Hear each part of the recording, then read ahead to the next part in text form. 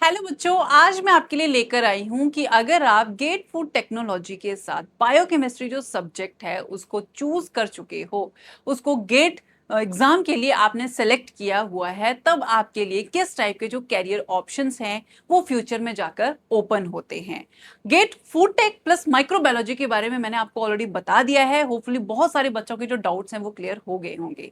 ये वीडियो भी आपके इंपॉर्टेंट है उन बच्चों के लिए जिन्होंने बायोकेमिस्ट्री के साथ फूड टेक जो है उसको सेलेक्ट किया हुआ है, तो उनके भी डाउट्स जो हैं आज वो क्लियर होने वाले हैं। ठीक है, तो सबसे पहले बच्चों अगर मैं सब्जेक्ट की बात करती हूं तो बायोकेमिस्ट्री में आप क्या पढ़ते हो। बायोकेमिस्ट्री में आप पढ़ते हो जो मॉलिक्यूलर लेवल पर, अगर मैं फूड की बात करूं, मॉलिक्यूलर लेवल पर जो आपके फूड होते हैं वो किससे बने होते हैं। जैसे हम बात करते हैं कि कोई पर्टिकुलर फूड है उसमें बहुत ज्यादा कार्ब है, ठीक है, या फिर बहुत प्रोटीन है, हमें प्रोटीन वाला फूड खाना चाहिए, हमें कार्ब वाला फूड नहीं खाना चाहिए, हमें ऑयली फूड नहीं खाना चाहिए। हम ये सब बातें सुनते हैं जब हम फूड को कंज्यूम करते हैं। ठीक है, तो बायोकेमिस्ट्री का रोल यहां पर क्या होता है। बायोकेमिस्ट्री हमें इसी के बारे में बताती है कि ये जो कार्बोहाइड्रेट होते हैं, प्रोटीन्स होती हैं, ये क्या होते हैं, इनका स्ट्रक्चर कैसा होता है, ये किससे मिलकर बने होते हैं। तो ये सब हमें बायोकेमिस्ट्री में पता चलता है। इसके अलावा जो मेटाबॉलिज्म होता है कि कोई पर्टिकुलर फूड जाके हमारी बॉडी में कैसे डाइजेस्ट होगा, कैसे एब्जॉर्ब होगा, किस टाइप का अफेक्ट डालेगा, ये हम किस में देखते हैं, मेटाबॉलिज्म में देखते हैं। तो ये सारे एस्पेक्ट जो हैं ये हम कवर करते हैं किसमें, बायोकेमिस्ट्री में। अब अगर मैं फूड टेक की ही बात करूं, तो उसमें बच्चों हमें किस टाइप का नॉलेज मिलता है। हम उसमें से देखते हैं कि किसी पर्टिकुलर फूड को सेफ कैसे बनाया जा सके, ठीक है, या फिर कोई पर्टिकुलर फूड है उसकी जो लाइफ है उसको कैसे इन्हांस किया जा सके, राइट, या फिर किसी फूड को लंबे टाइम के लिए प्रिजर्व कैसे किया जा सके। तो ये जो बेसिक टेक्निक होती है, जैसे प्रिजर्वेशन हो गया, फूड सेफ्टी हो गया, फूड की प्रोसेसिंग हो गई, उसका क्वालिटी हो गया, ठीक है, या फिर किसी फूड को न्यूट्रिशियस कैसे बनाना है, ये सारे एस्पेक्ट्स जो होते हैं ये हम कवर करते हैं कौन से सब्जेक्ट में, फूड टेक्नोलॉजी में। तो जब आप इन दोनों सब्जेक्ट का जो नॉलेज होता है उसको कंबाइन वे में यूज करते हो, तब आपके लिए बच्चों एक बहुत अच्छी प्रोफाइल बनती है। क्यों, क्योंकि बायोकेमिस्ट्री में आप यहां पर देखते हो कि फूड जो है वो कैसे काम करता है मॉलिक्यूलर लेवल पर, ठीक है, और उसी अप्रोच को आप यूज करते हो फूड टेक में, जिसमें हम ये देखते हैं कि कैसे किसी पर्टिकुलर फूड को हम कन्वर्ट कर सकते हैं किसमें, न्यूट्रिशियस फूड में, ठीक है, उसकी जो न्यूट्रिशनल वैल्यू है उसको कैसे हम इंप्रूव कर सकते हैं या फिर उसको सेफ बना सकते हैं। तो ये सारा नॉलेज हम कैसे अप्लाई कर सकते हैं, जब हमें मॉलिक्यूलर लेवल पर उस फूड के बारे में पता होगा। तो ये इस तरीके से हम जो बायोकेमिस्ट्री का हमारा जो नॉलेज होता है और जो फूड टेक का नॉलेज होता है उसको कंबाइन करके हम एक बेटर फूड प्रोडक्ट जो है उसको बना सकते हैं। अब हम देखते हैं कि इसमें किस टाइप की जॉब अपॉर्चुनिटीज आप लोगों के लिए ओपन हो सकती हैं। ठीक है, तो अगर आप बच्चों आपने बायोकेमिस्ट्री ले रखा है फूड टेक के साथ, तो सबसे पहले तो R&D जो रिसर्च एंड डेवलपमेंट विंग होता है किसी भी पर्टिकुलर कंपनी में, आप वहां पर अप्लाई कर सकते हो। और यहां पर जॉब रोल्स कौन से ले सकते हो, R&D एग्जीक्यूटिव या फिर प्रोडक्ट डेवलपर का, जिसमें नए फूड प्रोडक्ट्स जो हैं उनको डेवलप किया जाता है। तो आप यहां पर सेम वे नए फूड प्रोडक्ट्स जो है बना सकते हो या फिर जो एग्जिस्टिंग वाले हैं उनको इंप्रूव कर सकते हो।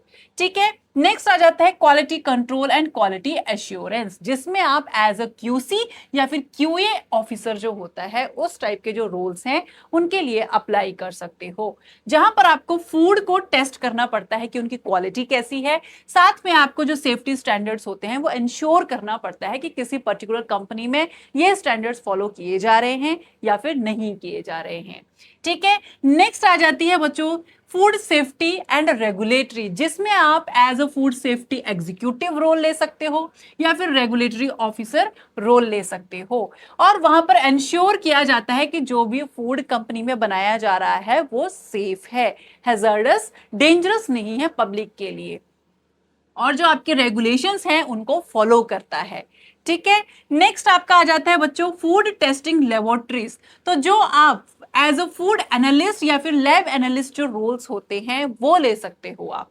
ठीक है, इसमें आपको क्या करना पड़ता है, फूड सैंपल्स जो होते हैं, जो रैंडमली किसी भी पर्टिकुलर फूड कंपनी से क्या किए होते हैं, कलेक्ट किए होते हैं, उनको आपको क्या करना होता है, एनालाइज करना होता है, उनकी क्वालिटी चेक करनी पड़ती है कि कोई कंटामिनेशन तो उस पर्टिकुलर फूड में नहीं है।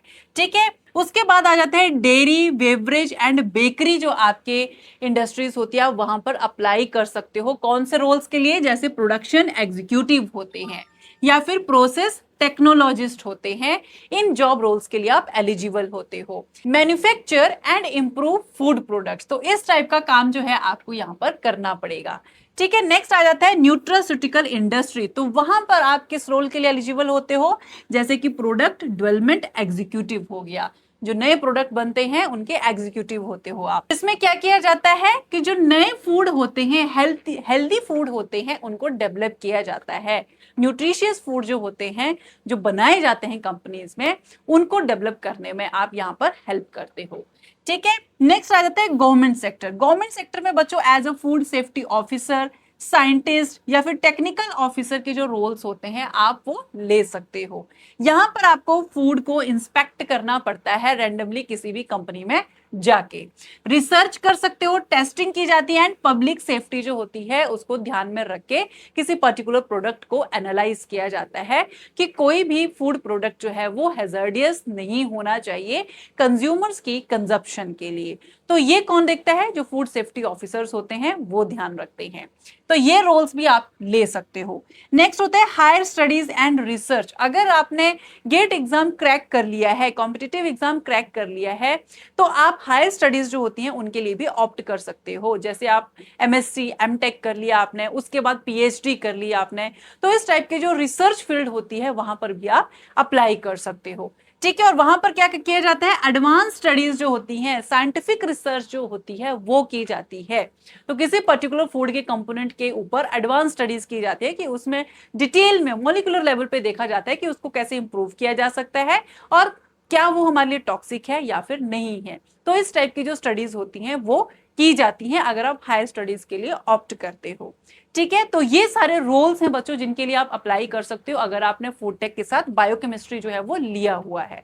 बट अब बात आ जाती है कि आपको एक अच्छी जॉब पाने के लिए किस टाइप की जो स्किल्स हैं उनको डेवलप करना पड़ेगा। तो अब मैं आपको वो बता देती हूं क्योंकि वो बहुत इंपॉर्टेंट है, आपको उनको लाइटली नहीं लेना है। ठीक है, अगर मैं बच्चों सबसे पहले बात करूं स्किल एरिया की, तो फूड टेक में और बायोकेमिस्ट्री दोनों में हम फूड केमिस्ट्री एंड बायोकेमिस्ट्री पढ़ते हैं, जिसमें हम किसके बारे में देखते हैं, जो फूड की कंपोजिशन है वो क्या है, एंजाइम्स क्या होते हैं, मेटाबॉलिज्म क्या होता है, कैसे फूड में ये कैसे हमारी बॉडी को अफेक्ट करता है। तो ये सारे एस्पेक्ट्स जो होते हैं आपको स्ट्रॉन्ग बनाने पड़ेंगे। ये आपके काम कहां पर आएंगे, जब आप कोई पर्टिकुलर कंपनी में as a product development R&D officer आप ज्वाइन करते हो। ठीक है, क्वालिटी एनालिसिस में आपको ये काम आएंगे। नेक्स्ट आ जाता है फूड माइक्रोबायोलॉजी। इसमें जो टेक्निक होती है, जैसे हम फर्मेंटेशन के बारे में पढ़ते हैं, फूड स्पॉइलेज के बारे में पढ़ते हैं, पैथोजेनिक जो माइक्रोब्स होते हैं उनके बारे में पढ़ते हैं, तो वो एस्पेक्ट जो है सारे के सारे आपको यहाँ पर कवर करने पड़ेंगे। ये आपको काम आएंगे जब food safety and quality control के आप रोल्स लोगे वहां पर। ठीक है, नेक्स्ट आता है फूड प्रोसेसिंग। इसमें प्रिजर्वेशन के बारे में आपको पता होना चाहिए, पाश्चराइजेशन के बारे में पता होना चाहिए, पैकेजिंग के बारे में पता होना चाहिए, और ये स्किल्स आपके काम आएंगे जब आप मैन्युफैक्चरिंग एंड प्रोडक्शन के कोई जॉब रोल्स जो हैं उनके लिए अप्लाई करते हो। राइट, नेक्स्ट आता है फूड सेफ्टी। फूड सेफ्टी में जो बच्चों HACCP अप्रोच होती है, GMP अप्रोच होती है, ये कैसे वर्क करती है, FSSAI जो बॉडी है ये कैसे काम करती है, ISO बॉडी जो है ये कैसे काम करती है, तो इनके बारे में आपको पता होना चाहिए। ठीक है, और ये आपका काम आएगा कहां पर, जब आप एज अ QA QC या फिर रेगुलेटरी जॉब जो है उनके लिए अप्लाई करते हो। नेक्स्ट आ जाता है लेबोरेटरी स्किल्स। लेबोरेटरी स्किल्स में बच्चों आपको ज्यादा से ज्यादा मेथड्स के बारे में पता होना चाहिए, जैसे कि HPLC टेक्निक क्या होती है, GC क्या होता है, UV-VIS क्या होता है, बेसिक लैब टेक्निक्स जो होती हैं ये सब आपको आनी चाहिए। ठीक है, और ये काम कहाँ आती है, जब आप कोई पर्टिकुलर फूड जो है उसके ऊपर रिसर्च करते हो या फिर किसी सैंपल को टेस्ट करते हो, तो वहां पर आपके जो ये जो आपके रोल्स होते हैं वहां पर आपको इस टाइप की जो स्किल्स होती हैं वो चाहिए होती हैं। नेक्स्ट आ जाती है डेटा एंड सॉफ्टवेयर। इसमें आपको बच्चों सिंपल जो सॉफ्टवेयर जैसे एक्सेल हो गया, बेसिक स्टैटिस्टिक्स जो होती है उसके बारे में आपको पता होना चाहिए, कैसे उनको यूज किया जाता है और कैसे किसी पर्टिकुलर जो डेटा होता है आप उसको कैसे एनालाइज करोगे, वो आपके पास स्किल्स होनी चाहिए। ये आपको काम आएंगी जब आप एज अ डेटा एनालिस्ट कहीं पर जॉब रोल्स के लिए अप्लाई करते हो या फिर किसी टाइप ऑफ रिपोर्टिंग के लिए अप्लाई करते हो, तो वहां पर आपको इस टाइप की जो स्किल्स हैं वो आनी चाहिए। नेक्स्ट आ जाता है बच्चों सॉफ्ट स्किल्स। सॉफ्ट स्किल्स मतलब आप किसी भी लेवल पर, चाहे आप एक पर्टिकुलर लीडर हो, कोई टीम आपको संभालनी है, ठीक है, या फिर आप किसी टीम के मेंबर हो, तो वहां पर आपके पास किस टाइप की स्किल्स होनी चाहिए वो देखी जाती हैं। तो इसमें आपकी कम्युनिकेशन आ जाती है, आपके बात करने का तरीका, डॉक्यूमेंटेशन, आप कोई पर्टिकुलर कोई फाइल है, कोई आपको वर्क दिया हुआ है तो आप उसको कैसे डॉक्यूमेंट करके रखते हो, टीम वर्क, किसी पर्टिकुलर टीम के साथ आप कैसे बिहेव करते हो, कैसे वर्क करते हो, ठीक है। तो यहाँ पर जो professional growth and leadership roles होते हैं वहां पर आपको ये स्किल्स चाहिए होती हैं। तो यहाँ पर आपको इस टाइप की जो स्किल्स हैं उनके ऊपर फोकस करना पड़ेगा और उसके अकॉर्डिंग आपको जो स्किल्स हैं उनको अच्छा भी करना पड़ेगा, ठीक है। अब हम देखते हैं कि जब कोई एम्प्लॉयर जो होता है एक कैंडिडेट को हायर करने लगता है तो वो उसमें किस टाइप की जो स्किल्स होती हैं उनको खोजता है, उनको देखता है। तो बेसिकली अगर मैं specially biochemistry and food tech के लिए बात करूं तो जो एम्प्लॉयर होता है वो आप में देखते हैं कि क्या आपके पास लेबोरेटरी स्किल्स हैं या फिर नहीं है। तो जितने भी मैथोडोलॉजी टेक्निक्स हम पढ़ते हैं फूड टेक प्लस बायोकेमिस्ट्री में, आपको वो सारी आनी चाहिए, ठीक है। इसके अलावा कि जो HACCP एंड GMP अप्रोचेस होती हैं इनका नॉलेज आपको है या फिर नहीं है। Food quality and safety management के बारे में आप कितना जानते हो। एनालिटिकल एंड प्रॉब्लम सॉल्विंग जो आपकी एबिलिटी है कि अगर आपको अचानक से कोई प्रॉब्लम आ जाती है during your role, job role, तब आप उसको कैसे सॉल्व करते हो। तो इस टाइप के जो आपकी स्किल्स है उनको देखा जाता है।